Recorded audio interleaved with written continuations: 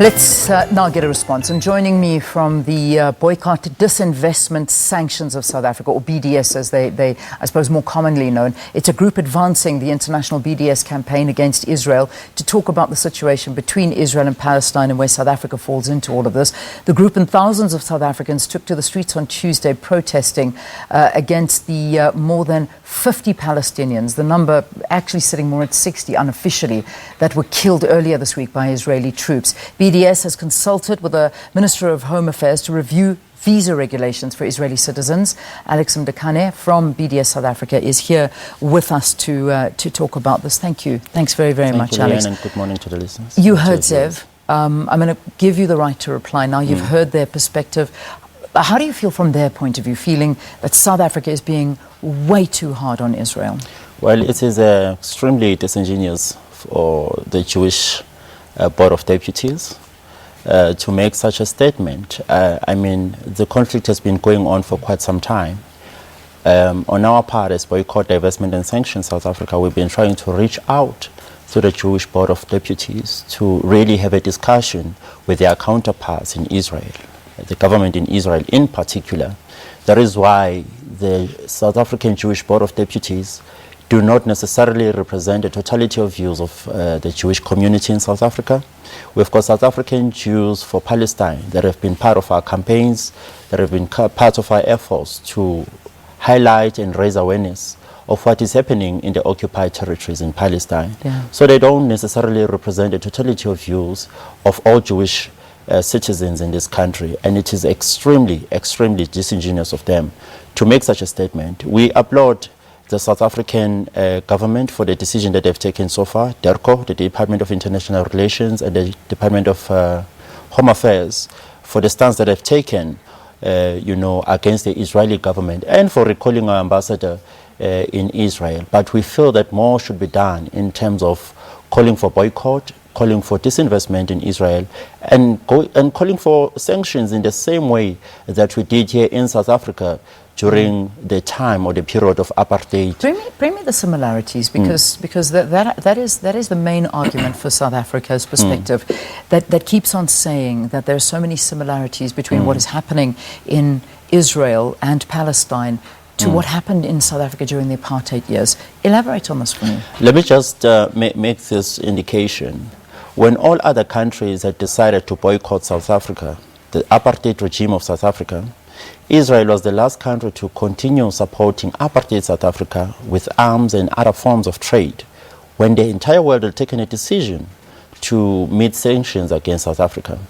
The same laws that we had in South Africa under apartheid, the separate development, the separate marriages, etc., the deprivation of business opportunities, the seizure of land by the apartheid regime, the similar things are happening between Palestine and Israel. Israel, on a daily basis, they are taking land away from the Palestinians. That is why then we are not surprised when the Palestinians took a decision to go and protest on the border between Israel and Palestine.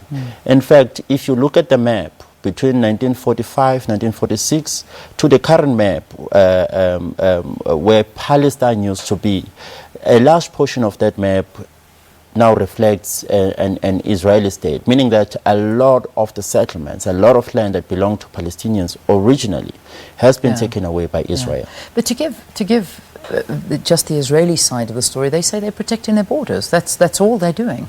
By killing innocent civilians, by killing women, by killing children who are going to school, by wiping out villages, by wiping out livestock, by poisoning drinking wells where Palestinians collect their water, by taking away farms. What is there to protect?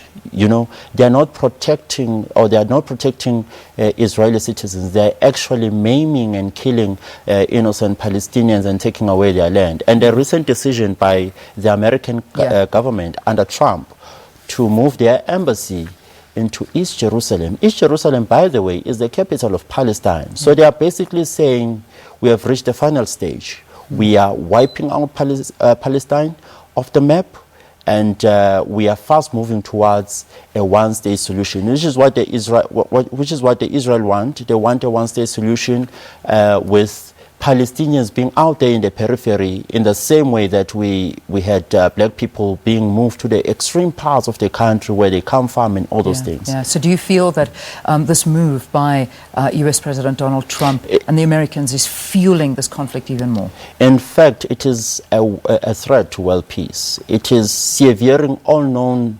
transatlantic ties.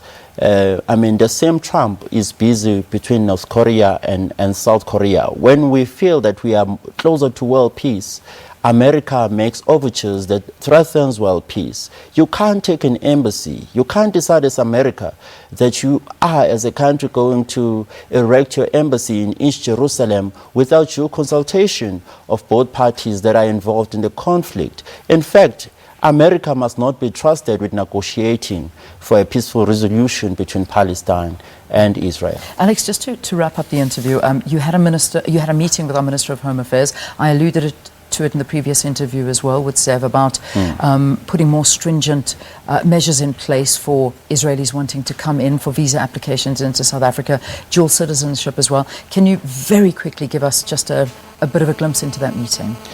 I cannot expose all the details because we are still in talks with the minister. But what I may indicate here, which is what has been reported in the media thus far, is that we want a review of the dual citizenship, the Israeli dual citizenship between Israel and South Africa.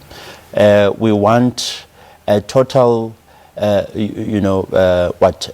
of certain individuals that are involved in government in Israel. They are known to the South African government that are doing business between South Africa and Israel. We want them to ban from coming to the country because they're the ones who are assisting, abating the Israeli government to continue with the occupation of Palestine. But as the week goes by, we are going to give you more details through our media releases yeah.